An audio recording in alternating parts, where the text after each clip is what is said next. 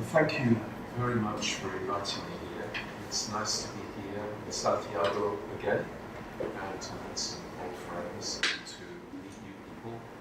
Our travels to Chile, as with other places around the world, have always been opportunities for us to learn about the limitations of psychology in Britain and the limitations of our version of critical psychology. We always learn something new in these visits, and I hope that we'll together produce something different in these few days. It's very nice as well to be connected with the ISTP, the International Society for Theoretical Psychology. I was at the first conference of the ISTP in 1987 in Plymouth, England. If I speak too fast, then you should tell me to slow down, because there's always a problem when I get enthusiastic that I will speed up. And I'm very sorry. Discúlpeme por no hablar en español, pero mi español es pésimo. No es posible hablar completo ponencia. Anyway, we should remember that communication, even in one language, is completely impossible. So we should bear that in mind when we're struggling across different languages. I'm going to be talking about Marxism this morning, and this is the outline of the talk. And my starting assumption is that psychologists sometimes do good things, but they often do those good things despite psychology, not because of it. And while they're ameliorating distress in the world, they're adapting people to live in conditions that produce that distress. So often psychologists operate reluctantly and with a heavy heart, but they operate to do precisely the opposite of what Marx urges in his 11th thesis on Feuerbach. That is, they enable people to stop changing the world, and instead they enable people to step back from the world and merely interpret it. So psychologists are part of the problem posed by psychology as a discipline that is the diametric opposite of Marxism. But we're all complicit in this, and I will explain why that's the case as we go along. We need to grasp the dialectical interrelationship between three conceptually distinct realms of contemporary psychology. Now, the first is psychology as a discipline. This first realm is the disciplinary matrix of the psi complex. And here it's important to understand the way that the discipline of psychology, which I mark here as psychology with a capital B, maiuscula, is linked and part of a cluster of theories and practices that also include psychiatry as a medical speciality, psychotherapy as a softer focus, non-medical practice, and psychoanalysis as a talking cure. They're all part of the problem. And professional turf wars differentiate psychology from these neighboring disciplines, but they still operate on the terrain of the psi complex as a disciplinary apparatus, a parastate apparatus which was named by followers of Michel Foucault, the historian, philosopher, student of the Marxist Louis Althusser. Foucault, who specified the role, Althusser, who specified the role of the repressive state apparatuses and the ideological state apparatuses in reinforcing capitalism and the capitalist state. Now, psychology as a discipline in this first round appears towards the end of the 19th century. It appears at the same time as the development of capitalism, and there's no accident. And this discipline, psychology, breaks from philosophy following a rebellion against Aristotelian ontology and epistemology, and a turn to empiricism, a turn to study of things that can actually be seen and measured, which is compatible in some way with Protestantism in Western Europe and then around the world. This new discipline carries with it into its methodology empiricist notions of the connection between cause and effect. That's what you learn as an undergraduate student in psychology, the connection between cause and effect. And this is an empiricist notion which is described by David Hume, the philosopher, and involves a rationalist focus on ideas. Ideas as representations, which mediate reasoning and bodily sensation. Very Cartesian notion, a notion derived from the work of René Descartes, a split between the body and the mind. Most significant, however, is the practical rationale of an empiricist methodology suitable for the surveillance and discipline of the workforce in the factories. Psychology proved itself to be useful in that context, in the factories first, blossoming in full force Taylorism on the factory floor, and then in personnel management, also applicable to clerical company employees. So you see here, the scene is set in the development of psychology as a discipline for the kind of control functions and then an engagement with emotions that Foucault describes in his analysis of prison regimes, and then in the incitement to confess our feelings to a professional. The proliferation of theories and subspecialities of psychology, this psychology with a capital P, and its attempt to demarcate its approach to decategorization of types of person and the regulation of behavior from psychiatry, for example, makes the discipline, our discipline of psychology, a flexible and incoherent series of practices which reflect and exemplify the contradictions of bourgeois ideology. That is why psychology is so fascinating, and that's why it's worth studying, because it exemplifies the contradictions of bourgeois ideology. Look at a psychology textbook, and you'll see that the only thing that holds psychology together is its methodology, its empiricism, which is set on the task of prediction and control, an endeavour which is supported by generations of clinical psychologists, and then it's offset in some way by humanist counselling practitioners who have to struggle with this prediction and control model. So the emphasis on methodology, whether it's in straight-edge empiricist versions or whether it's in the more pragmatic experimental approaches, is what makes psychology dedicated to quantification and hostile to qualitative approaches, hostile to recent critical, discursive, and feminist qualitative approaches that refuse to be tamed by, refuse to be absorbed into the laboratory experimental paradigm. So they pose a big problem for the discipline of psychology. The second realm is the realm of psychology as personal. And this is where I move into psychology with a little p, the psychology that we experience and use in our everyday life to describe the way that we behave and the way that we think. Because the discipline of psychology does not, of course, operate entirely independently of the capitalist societal life world which it interprets and justifies. Psychology relies on that life world. It relies on everyday explanations, ideological explanations that are given for human conduct, and the material relationships which are embodied in institutions like the family. Much laboratory experimentation begins with a hypothesis which is taken from everyday explanation, from things that have been noticed by people in their lives, things that have been noticed by the psychologists in their everyday lives, and then taken and codified in such a way that it can be tested and then mapped as part of the discipline of psychology.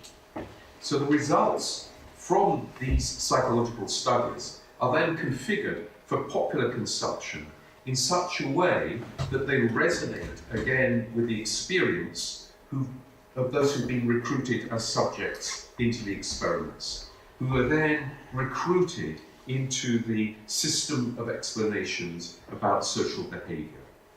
Interpolated, as Louis Althusser would say, interpolated as psychological subjects, that is, called into being, hailed, addressed as psychological subjects, so that psychology makes sense to them. So you see a loop, backwards and forwards, between psychology as it takes things from the everyday world, turns them into a codified system of explanation, and then gives them back to people, so that people then resonate with those explanations.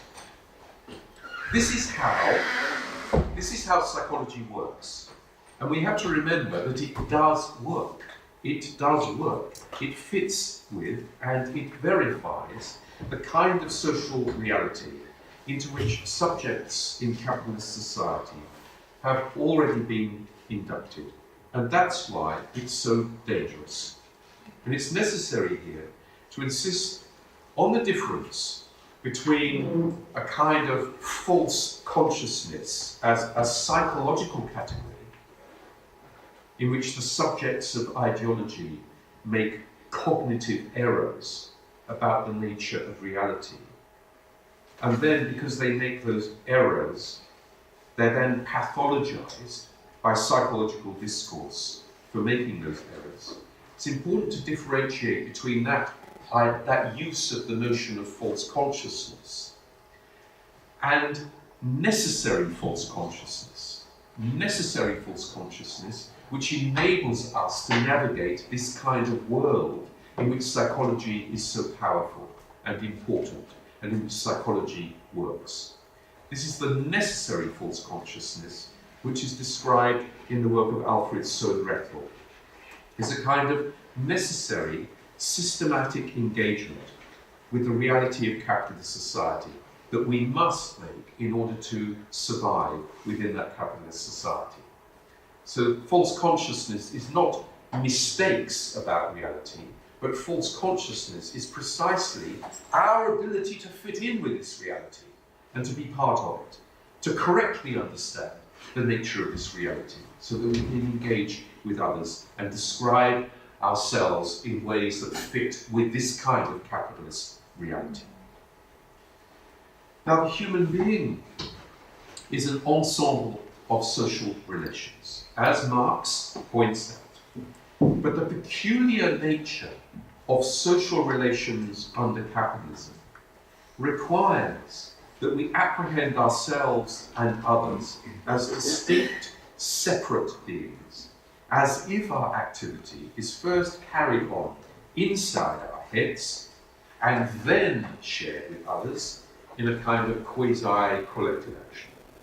That's part of the ideological trick that everyday psychology with a little p relies on, a kind of psychology that we talk about when we describe what we're doing to each other. So this psychology with a little p, in which we behave and think of ourselves as psychological beings, this kind of psychology blocks fully collective action. It reminds us to hesitate in the face of this action, to see this action, collective action, as a problem, to feel anxious about collective action, to feel anxious that immersion in this kind of action would be to entail losing our minds. Such collective action is viewed as the opposite of healthy, well-adapted psychology, and indeed it is. It is the opposite of psychology. And the history of psychology is hedged around by warnings about the dangers of group behaviour that gets out of control of the psychological subject. So, in this second realm of psychology, the personal engagement with psychological theory that is believed by individuals, has to be believed by individuals, is an informal system of contradictory explanations for individual and social behaviour. And it enables them all the better to speak to the psychologists, so that the psychologists them understand what they're saying, and they fit with the kind of explanations that the psychologists are developing, which is very good for the psychologists. There's a third realm that I also want to draw attention to, and this is a subjectivity that escapes these processes, escapes psychology with a big P as part of the discipline, and escapes the psychology of the reproduction in ideology of that sense of ourselves as part of the psychomplex. And this is something that escapes psychology as such. It makes it possible for the discipline of psychology and personal engagement of people with psychology to interact and reinforce each other. Because something is incorporated. Something of our lives is always incorporated as part of psychology, but something escapes. And it's that realm of individual subjectivity, our personal experience, that makes it possible for psychology with a little p to make sense to people, and for psychology with a big P to take root, to replicate itself and insist itself in the lives of the psychologists and the people they study. Now, the standard objections to Marxist conceptions of the human subject as an ensemble of social relations, or objections to current social constructionist and critical discursive argument inside psychology. Objections are often that there's something ineliminable, there's something essential about the nature of our individuality that's usually framed within an ideological subscription to psychological discourse, but it need not be so. So the relationship between structure and experience, that is the conditioned possibility for subjectivity, and that is puzzled away at the realm of personal engagement with psychology as a distorted reflection of the disciplinary matrix of the psychomplex, is also at the heart of debates over how we can read Marx and how we can make use of Marx in order to critique psychology. So, on the one side, there are readings of Marx that claim to detect an epistemological break in Marx's writings that mark out a mature Marx who gives a scientific analysis of capitalism, in Capital, for example, critique of political economy. And here, in this mature Marx, after the epistemological break, after Marx has become fully scientific, there is an emphasis on structure. And then there's a danger of forms of scientism, forms of explanation that transform scientific method into an ideological grid. And that can then fit into the work of the science complex. That's the danger. That is, the appeal to science in this mature scientific Marx, the appeal to science and to forms of explanation that also explain away subjectivity, may be useful to political economy, underpins positivist laboratory experimental paradigm psychology. So this kind of Marxism privileges mechanisms over which the human subject has no control, has no agency, and an array then of ideological conceptions of heredity, intelligence, personality types, even mental illness, that the discipline of psychology inherits from medical psychiatry. So these are the structuralist readings of Marx that make Marx seem as if he's a scientific analyst of capital, and only a scientific analyst, which also illuminate the nature of subjectivity, drawing attention to the way that subjectivity is constructed as part of capitalism.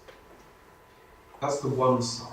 On the other side, there are readings of the young Marx before the epistemological break. Young Marx, which retrieve a more humanist, phenomenological account of how experience is systematically distorted under capitalism. So the tensions between the young Marx, who's concerned with experience, and the mature Marx, concerned with structure.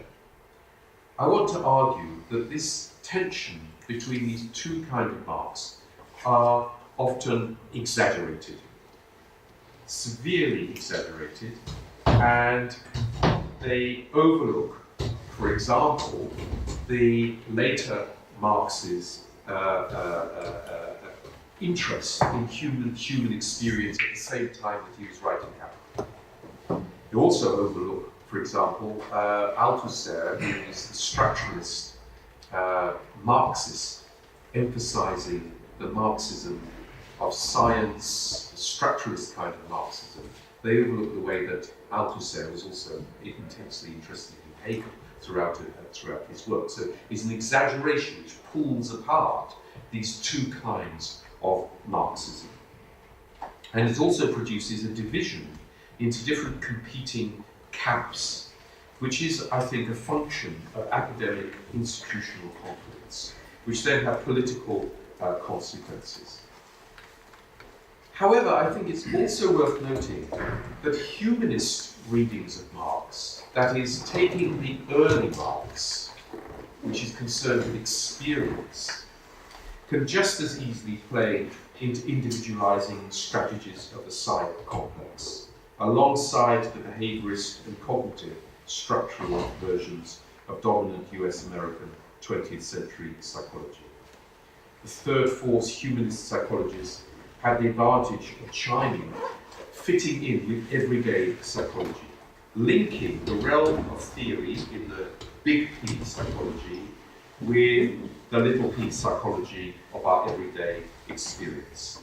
So we need something which moves backwards and forwards between the structuralist explanations, which explain how subjectivity is produced, and the more humanist explanations in the early Marx, which explain how experience is distorted under capitalism and how there are contradictions in our experience.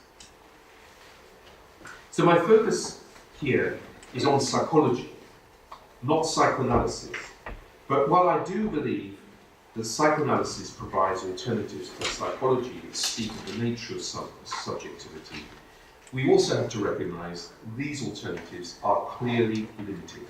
We see time and time again in the history of psychoanalysis an attempt to speak about the subjectivity that escapes, but then a psychologization of psychoanalysis, the turning of psychoanalysis back into a kind of psychology, so that we're trapped again into the apparatus of the psi complex, that is the first aspect of psychology that I described, and we're trapped into this system of everyday explanations, ideological explanations, that are part of our everyday experience, which enable us to fit with capitalist society.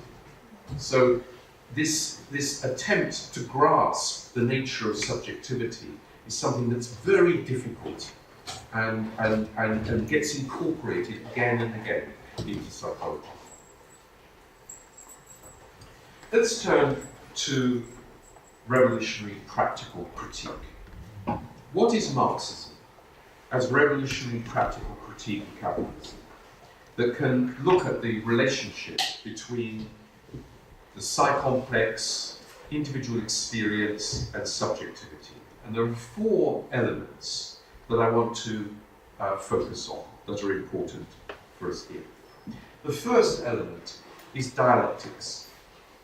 Dialectics is simultaneously concerned with ontology, epistemology, and methodology.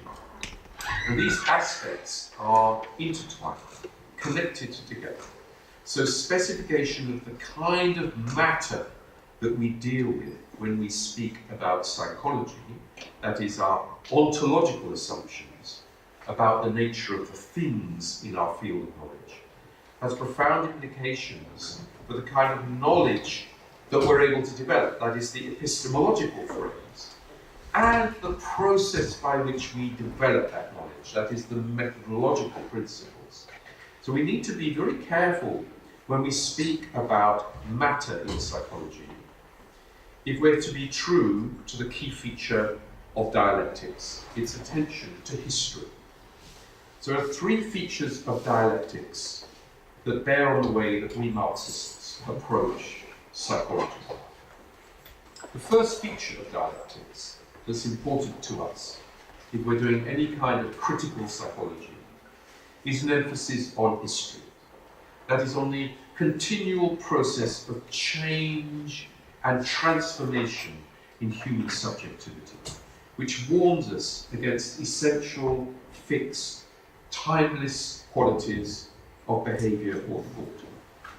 So dialectics, as an attention to change, unravels the claims of psychologists to discover underlying truths about psychological functioning and ideological assumptions about sex or gender or race, the kind of things that make up our everyday psychology. Second feature of dialectics is an attention to contradiction. And that powers the methodological imperative to search for competing accounts, frictions, tensions between different moments of activity. So this attention to contradiction sets us against descriptions of holistic images of the self. It sets us against apparently unified descriptions of psychological functioning. Every description is mutable, changeable, historically contingent, and internally contradictory. So in our analysis, whether it's a discourse analysis or it's part of a participatory action research, our analysis always focuses on contradictions, the differences in explanations, differences in ways of being that are possible in the world. The third feature concerns power, which in the political economic realm we see in class formations and the state dedicated to the protection of private property. That is, what we see here in power and the way that power operates in the state is a process, the way that the process of continuous change is blocked, it's stopped, in which we see this expressed in particular kinds of internal contradiction, which we see in the realm of psychology, for example, in the hold that relatively abstract forms of professional explanation have over our sense of subjectivity. They block the process of internal contradiction and change. That's what power is in relation to the historical process of transformation that Marxism is concerned with. So dialectics goes well beyond a kind of humanist argument that might be read into Marx's thesis that the human being is an ensemble of social relations, as if that just simply meant everything is connected with everything else. No, dialectics goes well beyond that. And it shows us that the discipline of psychology betrays our individuality. It betrays our individuality by locating that individuality inside each separate person, rather than in the ensembles of social relations that are refracted through the different ways that agency is expressed in collective processes and institutions. So the innovative Marxist work on psychology, made after the temporary overthrow of capitalism in various parts of the world in the 20th century, was always hampered by the false assumption that dialectics should be codified as dialectical materialism or historical materialism. These are phrases that Marx never actually used himself. And such a codification of Marxism, turning Marxism itself into a kind of ideology, is part of the problem that we also need to grapple with. It sediments Marxism as the worldview of the bureaucracy and represents a danger to Marxism itself. A danger that is compatible with psychology as an apparatus of prediction and control. So we have to remember when we're talking about dialectics, that we're talking about dialectics as a continually occurring process of transformation and change, which is then blocked by apparatuses of power. The second element of Marxism that I'm concerned with here is directly relevant to the three realms of psychology. This second element is commodification. Commodification as the turning of human creative activity and human capacities into things.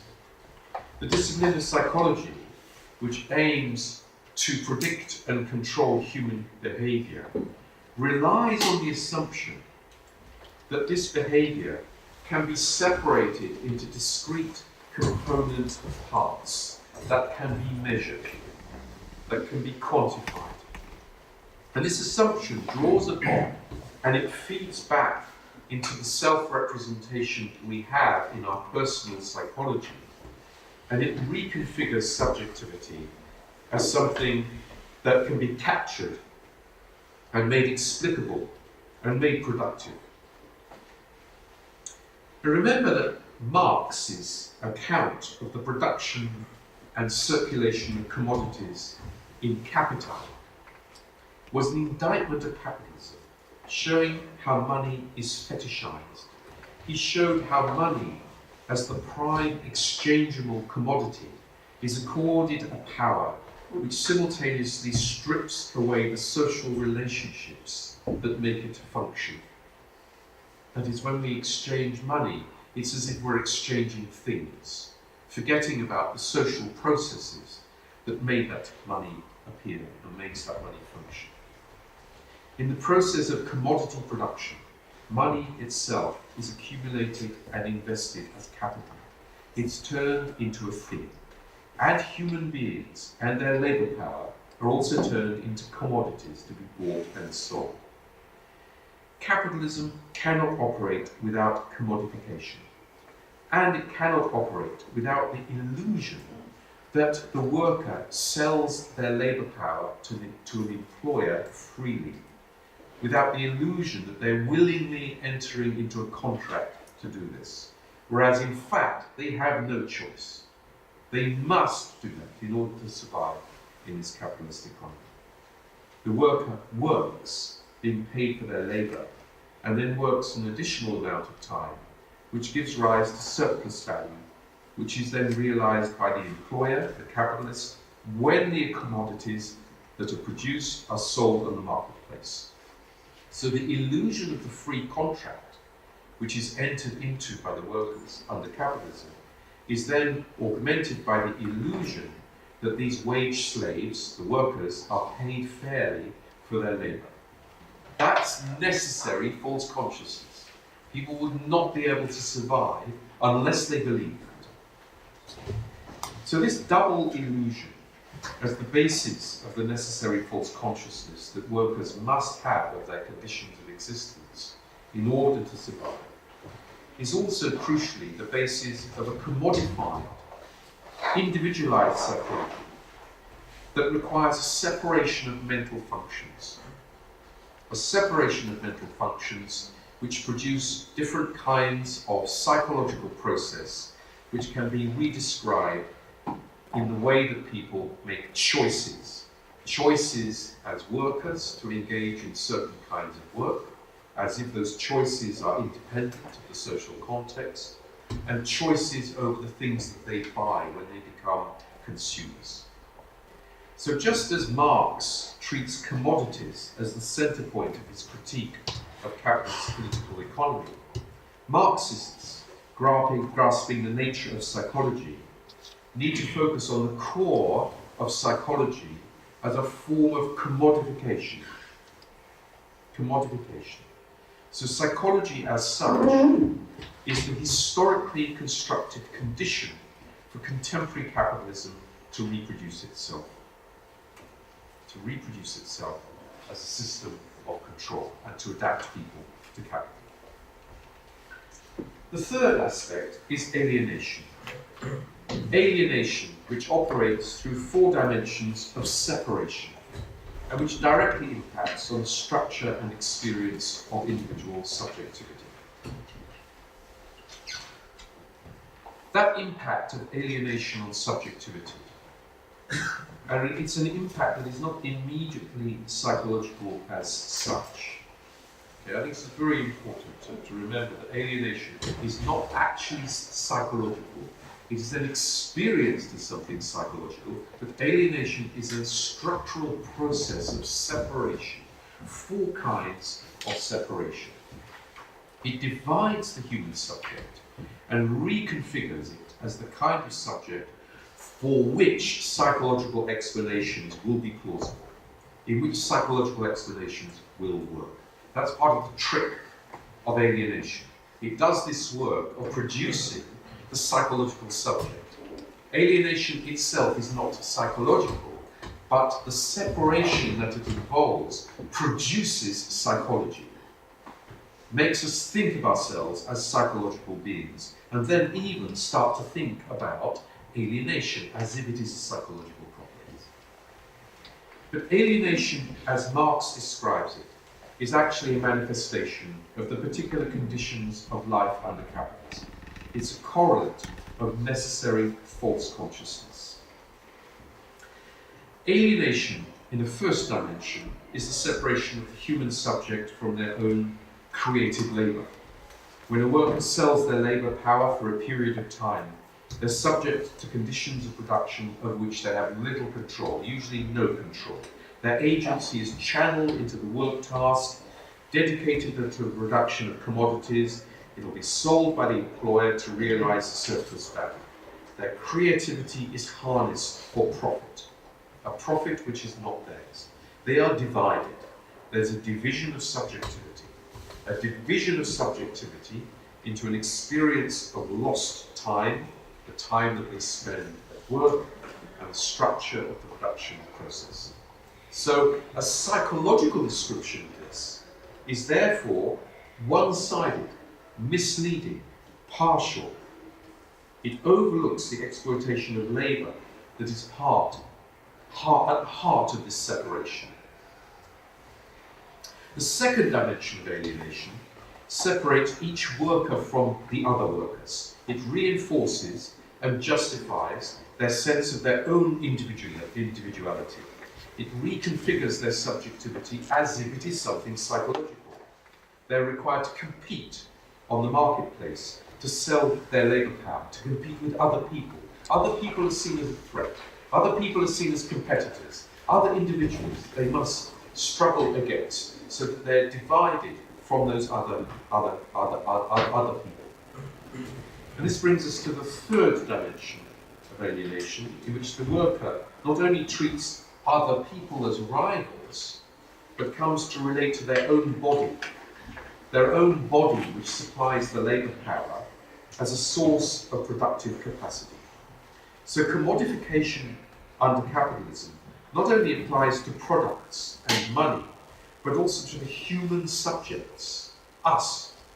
We're turned into objects. We have to sell ourselves so that others may exploit us.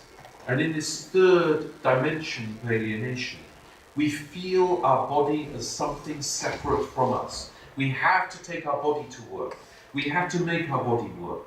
If our body does not work, we won't be able to survive. We won't be able to obtain wages. We won't be able to support our families and support ourselves.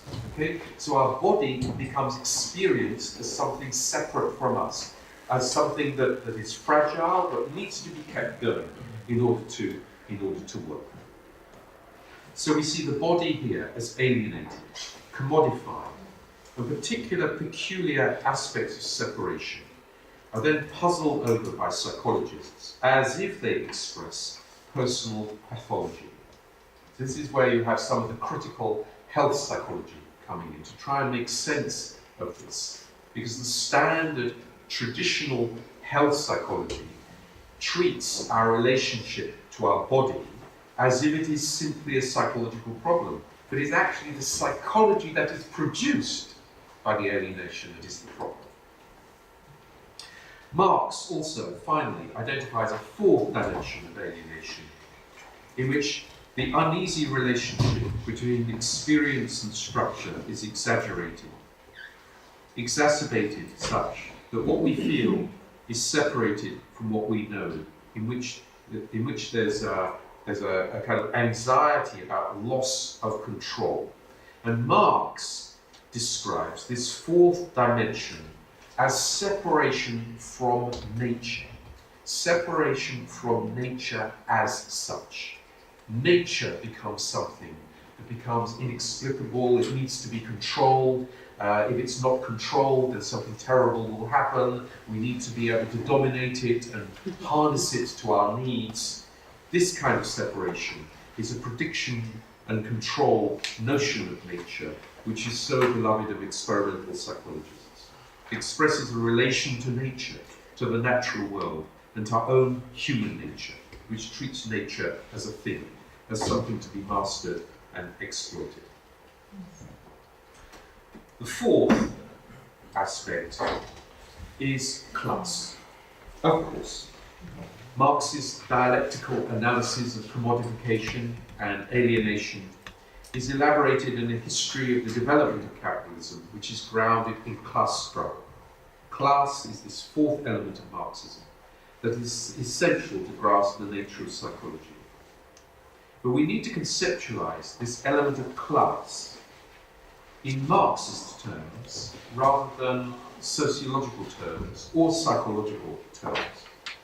If we don't do that, if we don't conceptualize it in Marxist terms, then we risk reifying class, that is turning class into a thing. Then we risk commodifying class, turning it into something that can be empirically analysed and then quantified and incorporated into a sociological or a psychological model of the world and individuals. Class, in Marxist terms, is a relational category. It's concerned with relations, and it makes as little sense to speak of the characteristics of different classes as if the classes can be separated out from each other, as it does to speak of psychological characteristics of individuals torn out of social context. So we might say, if we draw on contemporary black feminist theory, that Marxism is already necessarily intersectional. That we need to understand class as a social relation, which also enables us to understand and notice the interconnection between exploitation and oppression under capitalism and the role of psychology in this particular political economic system. That is, a connection between oppression and exploitation, which isn't only to do with the amount of money that you have and your relation to the production process, but also your relation to the family and your relation to colonial structures which reproduce racism. That is, we need to understand the relational character of class as a historically constituted category.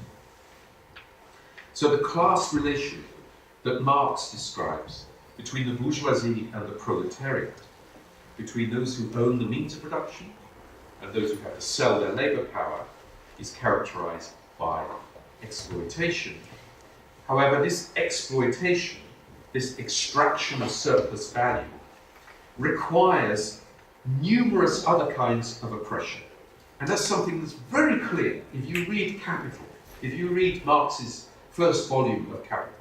He's not only talking about the production process and the relationship between the bourgeoisie and the proletariat, but he's also talking about the colonial infrastructure and the subjugation of women and children in the emerging industrial matrix that is occurring around him.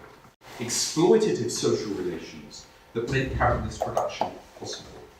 The little nimble fingers of the children working in the factories, the activity of the women, most of the workforce are women, the aliens, which in Manchester, where capitalism is developing, for example, are mainly from Ireland. Colonial relationship is reinforced, and patriarchal relationships are reinforced and are necessary to this development of capitalism. So from the analysis of that matrix of exploitation and oppression that Marx provides, it's then possible to continue and extend the unfinished work of writing Capital. Capital, in its first volumes, was concerned primarily with production, but it was an unfinished work, unfinished, and we see it extended by Marxists and their allies to the domain of consumption, to the development of imperialism, to the role of the state in enforcing willing compliance and abject obedience to the rule of the bourgeoisie, as well as early alliances with the remains of feudal political economic structures and later emerging post-capitalist bureaucratic states. So capitalism locks together different arrangements of class, race and sex with different permutations of exploitation and oppression, operating in different ways in different places at different historical periods. And the discipline of psychology has been actively complicit in this process. That's why intersectional treatment, the interrelationship of racism and sexism, as well as other forms of oppression, is so imperative to a Marxist analysis and politics, as well as to anti-colonial and feminist resistance. Now I can see that we're coming up to 11 o'clock, and I wanted to talk a bit about psychologization and collective resistance. And so I'm going to do this very quickly by saying that there are two aspects that we need to grasp as part of our intervention into this problem that I described.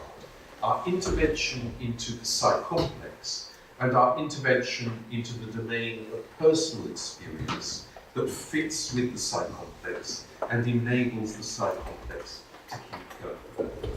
We need to understand the relationship between individual experience and social structure. That is, we need to work at the relationship between the early humanistic Marxist accounts and the later structural accounts of the development of capitalism in the later Marx. We need to connect with different forms of feminism, with the forms of feminism that were concerned at the beginning of the 20th century with the equal rights of women as workers alongside men and as citizens alongside men, having their existence taken seriously as human beings. The second wave of feminism, which was the socialist feminism of the 1960s and 1970s, which put at centre stage this slogan, "The personal is political," which drew attention to the ways in which everyday life reproduces capitalism. That capitalism is not simply a huge structure independent of us, but capitalism is interlinked with other forms of exploitation and oppression, sexism and racism, homophobia, normalcy, and so on and so forth. And thirdly, with queering of identity in the third wave of feminism, around the work of Judith Butler, for example, and the ways in which those different forms of feminism connect with therapeutic discourse and challenge therapeutic discourse. Once again, there's a link with this epistemological break argument which divides the early Marxism from the late Marxism that we need to deal with, and it also enables us to tackle an extremely serious problem that we face today, which is a manifestation of psychologization, which is an interpretation of exploitation and oppression in the contemporary world as if it's a product of some kind of conspiracy, as if it's the result of certain individuals deciding to exploit others and manipulating things, as if there are certain strong individuals who are responsible for the problems in the world. you have to be absolutely clear that Marxism is a diametric opposite of a conspiracy theory of society. Marxism is a structural, systemic understanding of the conditions of possibility for these kind of conspiracy explanations to make sense. Yeah? So that it's very important politically outside the domain of psychology, these kind of analyses. And inside psychology, it draws attention to the contradictory position of psychologists as workers who are having to operate within a contract of employment to do the testing, to do the analysis, to produce the research, and the sense of contradiction at the heart of the life of the psychologist, where they know much of the time, they know that what they're doing is wrong. They know that what they're doing is not really helping people, and that the psychological knowledge that they're producing does not really connect with what is important in people's lives.